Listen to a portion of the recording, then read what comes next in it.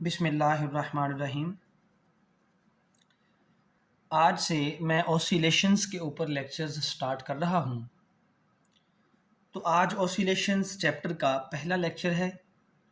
इसमें हम oscillatory motion से मुतल्लिक थोड़ा सा इंट्रोडक्शन देंगे। तो सबसे पहले ऑसिलेटरी मोशन को डिफ़ाइन करते हैं और फिर हम फर्दर डिस्कशन करते हैं। ऑसिलेटरी मोशन को इस तरह डिफ़ाइन किया जाता है: to and fro motion of a body about a fixed point. उस फिक्स पॉइंट को इक्विलिब्रियम पोजीशन भी कहा जाता है। Is called oscillatory motion. किसी एक ऑब्जेक्ट की एक फिक्स्ड पॉइंट के आगे पीछे जो मोशन होगी, उस मोशन को हम ऑसिलेटरी मोशन का नाम देंगे। इसके एग्जांपल्स हैं कुछ। हम अपनी रोज़मर्रा ज़िंदगी में ये देखते हैं कि एक सिंपल पेंडुलम, जैसा कि क्लॉक्स के अंदर भी सिंपल पेंडुलम होता है, तो सिंपल पेंडुलम भी एक फिक्स्ड पोजीशन के टू एंड फ्रो मूव कर रहा है। सपोज ये सिंपल पेंडुलम है। अगर हम इसको मेन पोजीशन से डिस्प्लेस कर दें, मेन पोजीशन क्या है कि अगर हम सिंपल पेंडुलम को हैंग कर दें तो ये यहाँ पे इस पोजीशन में रेस्ट में होगा, मूव नहीं कर रहा होगा। हम कहेंगे ये इक्विलिब्रियम पोजीशन में है। अगर हम इस सिंपल पेंडुलम को इस मेन पोजीशन से यहाँ पे राइट डायरेक्शन में ले जाएं और थोड़ा सा राइट पे लेके जाके हम इसको रिलीज़ कर दें, तो ये सिंपल पेंडुलम यहाँ से इस मेन पोजीशन की तरफ आएगा। और किस वजह से आएगा? क्योंकि इसके ऊपर ग्रेविटी की फोर्स लग रही होगी। तो यहाँ पे आके ये सिंपल पेंडुलम रुकेगा नहीं, इनर्शिया की वजह से ये फर्दर इधर मूव कर जाएगा और इस नई पोजीशन पे आ जाएगा। जब यहाँ पे आएगा फिर ग्रेविटेशनल फोर्स इसको नीचे को पुल करेगी, तो ये सिंपल पेंडुलम इस मेन पोजीशन के टू एंड फ्रो अपनी मोशन को जारी रखेगा। तो किसी भी ऑब्जेक्ट की एक फिक्स्ड पॉइंट के गिर्द, मेन पोजीशन के इर्द गिर्द जो बार बार मोशन होगी, उसको ऑसिलेटरी मोशन का नाम दिया जाता है। तो फिर से डेफिनेशन को आप देख सकते हैं कि किसी एक पॉइंट के टू एंड फ्रो, आगे पीछे बार बार दोहराई जाने वाली मोशन को ऑसिलेटरी मोशन का नाम दिया जाता है। एक एग्जांपल है वाइब्रेटिंग गिटार स्ट्रिंग्स। जब गिटार से म्यूज़िक बजाया जाता है तो गिटार की स्ट्रिंग को हम अपने हैंड की फिंगर से हल्का सा मेन पोजीशन से डिस्प्लेस करते हैं, और डिस्प्लेस करने से वाइब्रेशंस होंगी उसकी और साउंड प्रोड्यूस होगी। तो ये भी एग्जांपल है ऑसिलेटरी मोशन की। और अगर हम माइक्रोस्कोपिक लेवल पे जाएं, माइक्रोस्कोपिक लेवल, एटॉमिक लेवल, छोटे लेवल पे चले जाएं, तो vibrating atoms in quartz crystal, ये क्वार्ट्ज क्रिस्टल रिस्ट वॉच में होता है।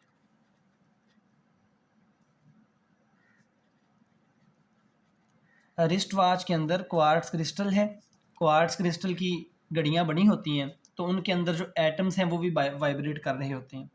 किसी भी सॉलिड मटेरियल के अंदर जो एटम्स हैं वो मेन पोजीशन के टू एंड फ्रो वाइब्रेट करते हैं।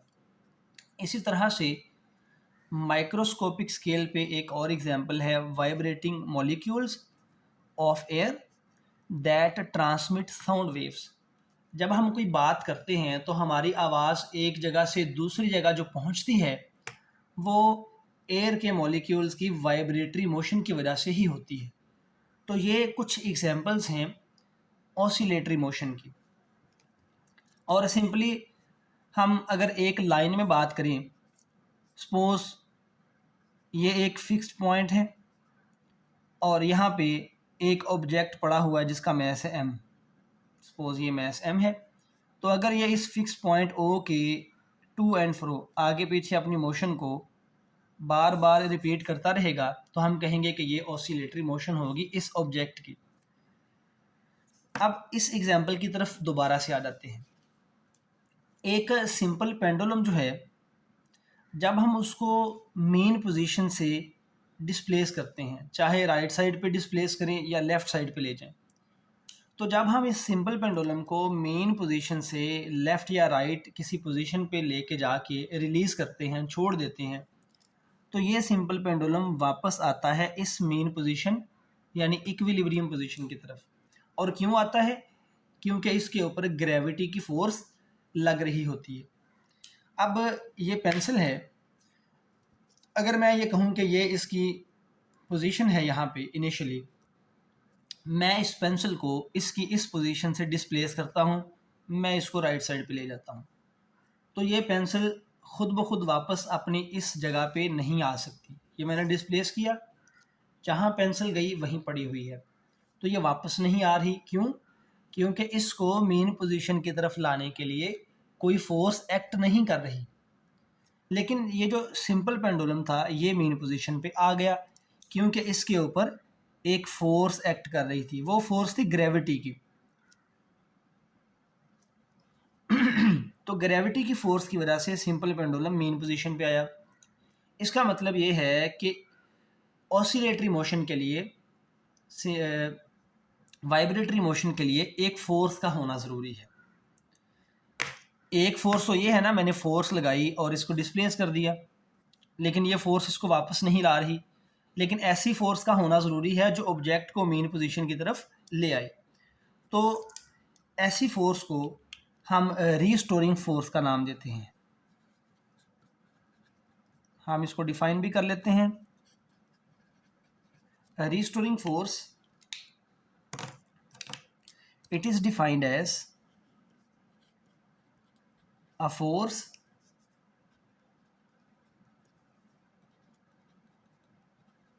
that brings the system back to its mean position.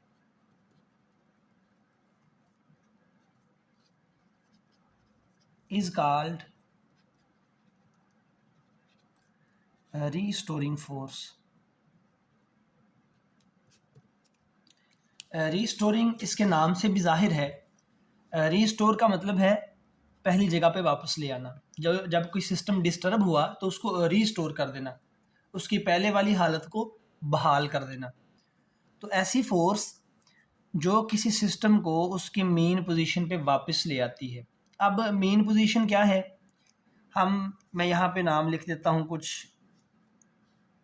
हम मेन पोजीशन लिख सकते हैं, या हम कह सकते हैं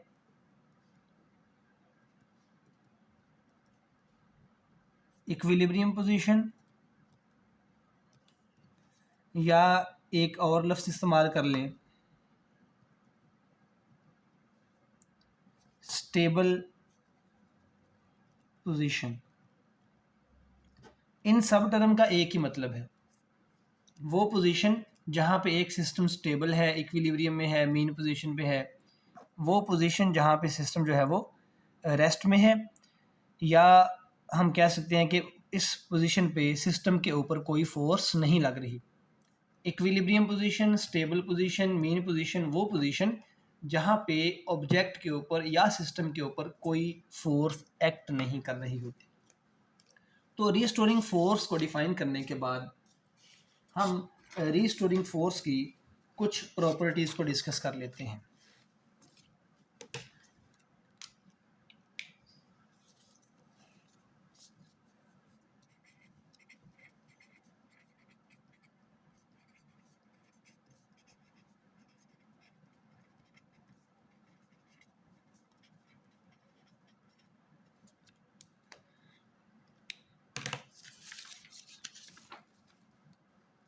रीस्टोरिंग फोर्स की कुछ मेन प्रॉपर्टीज़ में से एक ये है, क्योंकि रीस्टोरिंग फोर्स ने हमेशा सिस्टम को इक्विलिब्रियम पोजीशन में लेके आना है, तो इसकी प्रॉपर्टी एक ये है,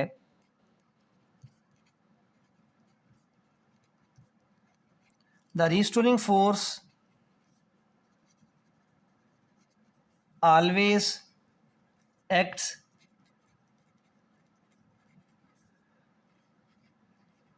towards equilibrium position.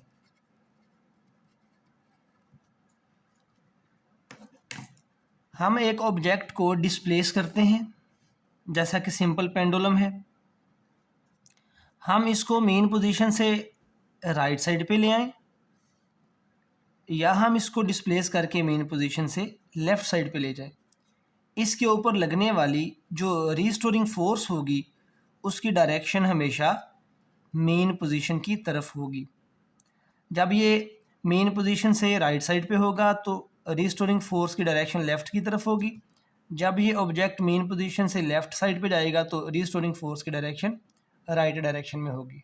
मीन्स हमेशा मेन पोजीशन की तरफ रीस्टोरिंग फोर्स की डायरेक्शन हुआ करेगी। और सेकंड ये है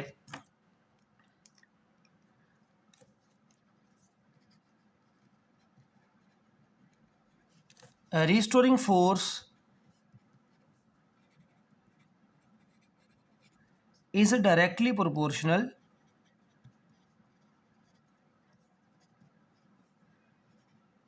to distance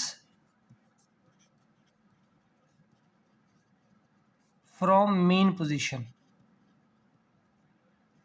जब हम किसी ऑब्जेक्ट को यहाँ पे मेन पोजीशन से डिस्प्लेस करेंगे तो मेन पोजीशन से जितना फासला ज़्यादा होगा फोर्स उतनी ज़्यादा होगी, फासला कम होगा तो फोर्स भी कम होगी। हम इस तरह लिख सकते हैं इसको, एफ़ के साथ यहाँ पे स्मॉल आर लगा दें कि ये रीस्टोरिंग फोर्स है। Restoring force is proportional to displacement from mean position. हम सपोज करते हैं यहाँ से यहाँ तक फासला एक्स है। और दूसरी बात यह है कि ये फोर्स अगर हम वेक्टर फॉर्म में लिखें तो ये फोर्स डिस्प्लेसमेंट के ऑपोजिट डायरेक्शन में होगी। अगर हम एक ऑब्जेक्ट को, मैं यहाँ पे एक और एग्जांपल बना दूँ, एक स्ट्रेट लाइन में हम एग्जांपल डिस्कस करते हैं। ये सपोज मेन पोजीशन है और ये मेन पोजीशन से डिस्टेंस है सपोज एक्स। जब मैं ऑब्जेक्ट को मेन पोजीशन से राइट साइड पे लेके जाऊँगा तो इसके डिस्प्लेसमेंट की डायरेक्शन ये होगी, और जब मैं इसको लेफ़्ट साइड की तरफ लेके जाऊँगा तो डिस्प्लेसमेंट की डायरेक्शन ये होगी। तो डिस्प्लेसमेंट मेन पोजीशन से बाहर की तरफ और रीस्टोरिंग फोर्स हमेशा मेन पोजीशन की तरफ होती है। तो इस लिहाज से हम वेक्टर फॉर्म में लिख सकते हैं कि restoring force is proportional to displacement but in opposite direction. तो ये रीस्टोरिंग फोर्स की प्रॉपर्टीज़ हैं जिनकी मदद से हम फर्दर ऑसिलेटरी मोशन में मुख्तलिफ़ केसेस को डिस्कस कर सकते हैं। अब हम oscillatory motion in one dimension discuss करते हैं। तो हम ये फ़र्ज़ कर लेते हैं कि हमारे पास एक सिंगल पार्टिकल है, उस पार्टिकल का मास m है और ये पार्टिकल सिर्फ़ और सिर्फ एक्स एक्सिस के अलोंग मूव कर सकता है। वन डायमेंशन में पार्टिकल को अलाउड है मूव करना और वो है अलोंग एक्स एक्सिस, और इसी डायरेक्शन में पार्टिकल के ऊपर फोर्स एक्ट करती है। और फर्दर हम ये फ़र्ज़ कर लेते हैं कि इस पार्टिकल पे जो फोर्स लग रही है वो एक रीस्टोरिंग फोर्स है। और जब भी कोई ऑब्जेक्ट मेन पोजीशन पे होता है इक्विलिब्रियम में, ये इसकी मेन पोजीशन है, तो तब उस ऑब्जेक्ट पे फोर्स लगती है ज़ीरो। और जब ये ऑब्जेक्ट मेन पोजीशन से राइट या लेफ़्ट जाएगा तो इसके ऊपर रीस्टोरिंग फोर्स लगेगी जो इसको मेन पोजीशन की तरफ लेके आने की कोशिश करेगी। तो हम ये फ़र्ज़ कर लेते हैं कि जब हम इस ऑब्जेक्ट को मेन पोजीशन से डिस्प्लेस करते हैं अलोंग एक्स एक्सिस, ये वाई एक्सिस बना दिया और ये एक्स एक्सिस है। तो जब हम इस ऑब्जेक्ट को मेन पोजीशन से अलोंग एक्स एक्सिस डिस्प्लेस करते हैं तो इसके ऊपर कांस्टेंट फोर्स एक्ट करती है। उस फोर्स को हमने एफ एम का नाम दे दिया। तो फ़र्ज़ किया कि पोजीशन बी पे जब ऑब्जेक्ट है उसके ऊपर फोर्स लग रही है एफ एम, और क्योंकि ये रीस्टोरिंग फोर्स है तो इसकी डायरेक्शन होगी मेन पोजीशन की तरफ। और अगर ये ऑब्जेक्ट लेफ़्ट साइड पे आ गया तब भी फोर्स लग रही होगी मेन पोजीशन की तरफ। और हम ये जानते हैं कि इस ओरिजिन से राइट की तरफ हम एक्स एक्सिस को पॉजिटिव एक्स एक्सिस कहते हैं, फासला हम पॉजिटिव लेंगे, और इस डायरेक्शन में ओरिजिन से लेफ़्ट डायरेक्शन में हम एक्स एक्सिस को कहते हैं नेगेटिव एक्सिस।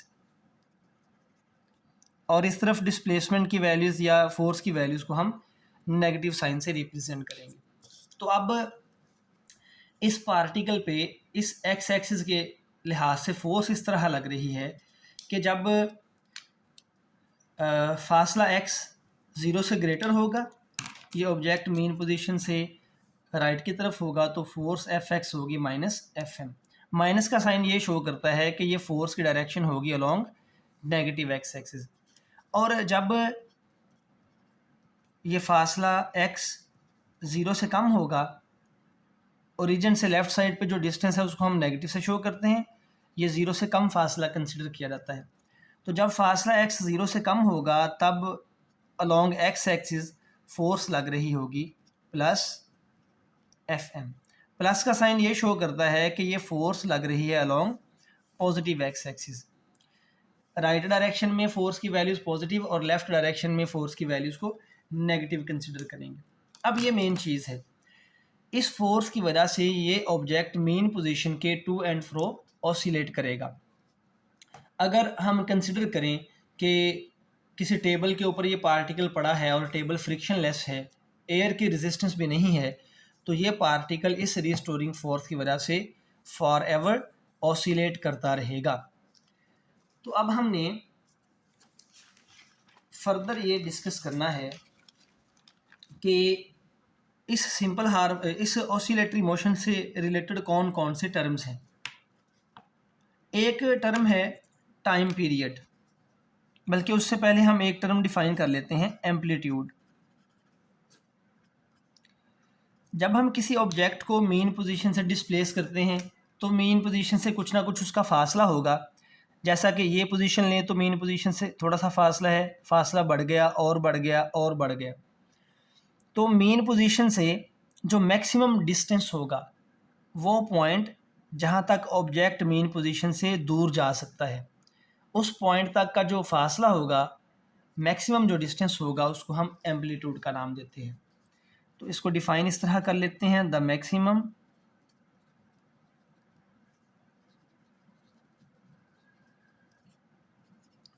डिस्प्लेसमेंट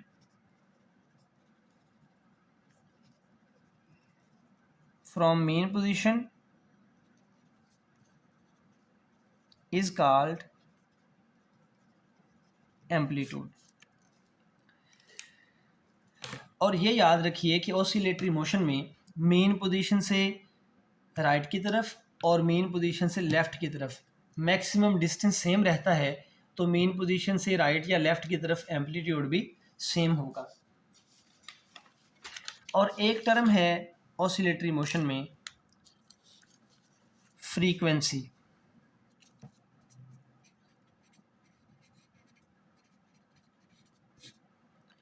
फ़र्ज़ करें कि एक ऑब्जेक्ट जो है वो ऑसिलेटरी मोशन में है, इधर से देखें,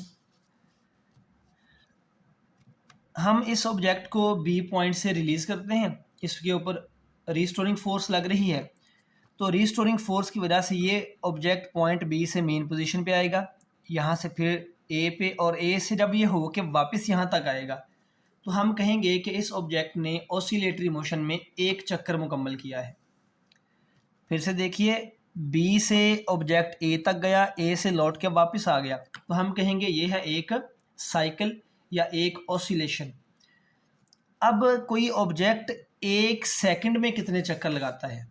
एक सेकंड में 10 चक्कर लगाता है, एक सेकंड में 20 चक्कर लगाता है, तो एक सेकंड में कितने चक्कर लगाए जाते हैं, उस तादाद को हम फ्रीक्वेंसी का नाम देते हैं। द नंबर ऑफ ऑसिलेशंस, एक चक्कर मुकम्मल करने को हम ऑसिलेशन का नाम देंगे।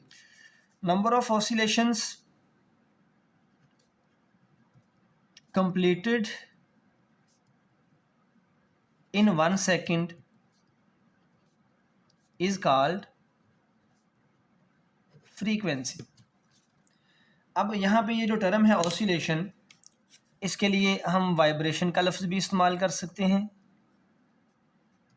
और इसी के लिए हम साइकिल भी कह सकते हैं। एक चक्कर मुकम्मल करने को एक साइकिल या एक वाइब्रेशन या एक ऑसिलेशन का नाम दिया जाता है। और एक टर्म है टाइम पीरियड। ये ऑसिलेटरी मोशन में बहुत इंपॉर्टेंट टर्म्स हैं। टाइम पीरियड, टाइम पीरियड वो टाइम है जिस टाइम में ऑब्जेक्ट एक ऑसिलेशन मुकम्मल करेगा। बी से ऑब्जेक्ट ने मोशन स्टार्ट की, ए पे गया, ए से लौट के वापस आया, जितना टाइम लगा वो टाइम टाइम पीरियड कहलाएगा। टाइम रिक्वायर्ड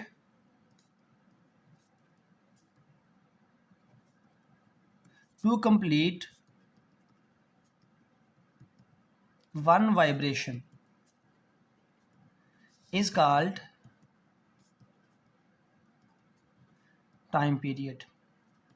और टाइम पीरियड जो है इसको हम कैपिटल टी से रिप्रेजेंट करते हैं और इसको हम एसआई यूनिट में मेजर करते हैं, तो इसका जो यूनिट होगा दैट इज़ सेकंड।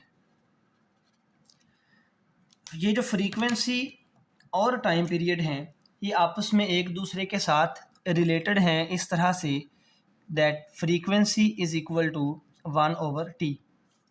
फ्रीक्वेंसी को f से रिप्रेजेंट करते हैं। फ्रीक्वेंसी टाइम पीरियड का रेसिप्रोकल है। हम इसी इक्वेशन को ऐसे भी लिख सकते हैं, time period is equal to 1/f। तो ये जो फ्रीक्वेंसी है इसको हम एसआई यूनिट्स में मेजर करें तो इसका यूनिट है हर्ट्स। हम इसको ऐसे लिखते हैं, frequency is equal to 1/t, तो इसका यूनिट हम लिख सकते हैं पर सेकंड। टाइम पीरियड का यूनिट सेकंड है तो ये होगा पर सेकंड, लेकिन हम इसको डिफाइन इस तरह करते हैं, नंबर ऑफ साइकिल्स या number of vibrations completed in 1 second. तो हम इसको सिर्फ साइकिल नहीं लिखेंगे, पर सेकंड नहीं लिखेंगे, हम इसके यूनिट को लिखेंगे, फ्रीक्वेंसी का यूनिट होगा वाइब्रेशंस पर second, number of vibrations completed in 1 second. और वाइब्रेशंस पर सेकंड को हम हर्ट्स का नाम देते हैं।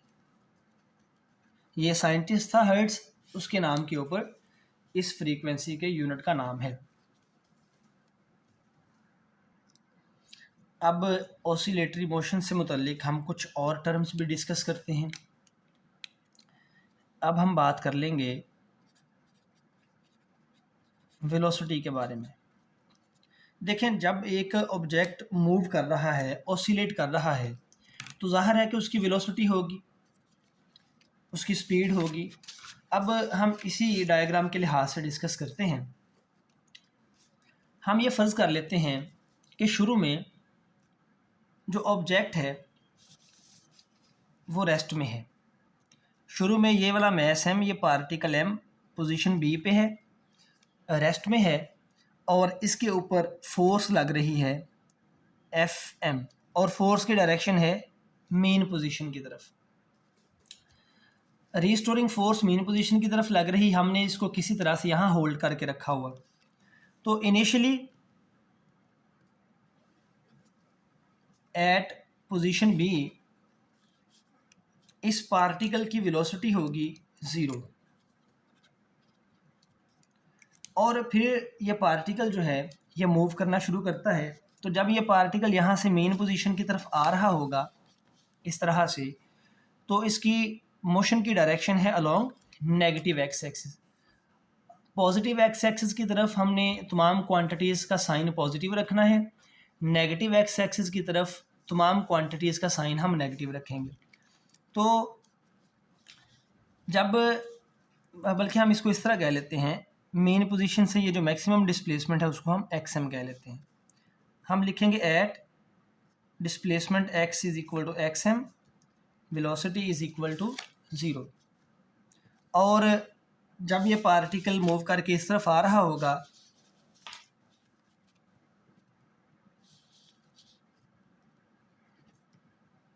During motion from B to O, B से ओ की तरफ मूव करते हुए इसकी वेलोसिटी होगी v is equal to minus V M. Suppose करते हैं कि ये वेलोसिटी वी एम से मूव कर रहा है, तो वेलोसिटी हमने माइनस वी एम कह दिया क्योंकि ये नेगेटिव एक्स एक्सिस की तरफ जा रहा है। ओके, और मेन पोजीशन पे आके जब यहाँ मेन पोजीशन पे फासला 0 होगा, at X is equal to 0, velocity is equal to V M. तब हम कोई साइन नहीं लगाएंगे पॉजिटिव या नेगेटिव, जो बल्कि हम नेगेटिव ही लगाएंगे जब वो लेफ्ट साइड पे जा रहा होगा। यहाँ से ऑब्जेक्ट मूव करता जब ए पोजीशन पे आएगा, एक्सट्रीम पोजीशन पे, तो वो कुछ देर के लिए रुकेगा, उसकी वेलोसिटी फिर 0 होगी। तो हम लिखेंगे एट पोजीशन ए, वहाँ पे फासला होगा x is equal to x M और वेलोसिटी बन जाएगी 0। और जब पार्टिकल फिर ए से ओ की तरफ आ रहा होगा तो वेलोसिटी होगी, और अब उसकी डायरेक्शन होगी पॉजिटिव एक्स एक्सिस की तरफ, तो हम वेलोसिटी का साइन प्लस में रखेंगे। सो हम लिखेंगे during motion from A to O velocity v is equal to plus V M. B से ओ की तरफ जाते हुए वेलोसिटी माइनस वी एम है, और ए से ओ की तरफ जाते हुए वेलोसिटी प्लस वी एम है। और एक्सट्रीम पोजीशंस पे वेलोसिटी हमेशा 0 होगी, पार्टिकल कुछ देर के लिए रुकेगा और फिर अपनी डायरेक्शन को रिवर्स करेगा। इसी तरह से हम वेलोसिटी के बाद एक्सेलरेशन के हवाले से बात कर लेते हैं।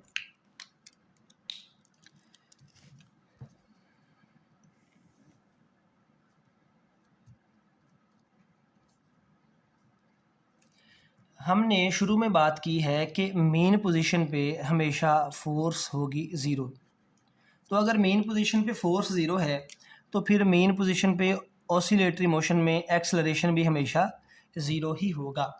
और अब क्योंकि हम बात कर रहे हैं कि वन डायमेंशनल मोशन है, अलोंग एक्स एक्सिस है, तो ओरिजिन से इस तरफ क्वांटिटीज़ की वैल्यूज़ पॉजिटिव और इस तरफ नेगेटिव होंगी। तो ओरिजिन से इस तरफ मैस एम पे फोर्स लग रही है माइनस एफ एम, और यहाँ पे फोर्स लग रही है plus F M, direction mean position की तरफ है। तो बी पोजीशन पे ऑब्जेक्ट के ऊपर एक्सेलरेशन एक्ट कर रहा होगा, उसको हम ए एम से रिप्रेजेंट करते हैं। Acceleration on mass M is equal to minus F M over M.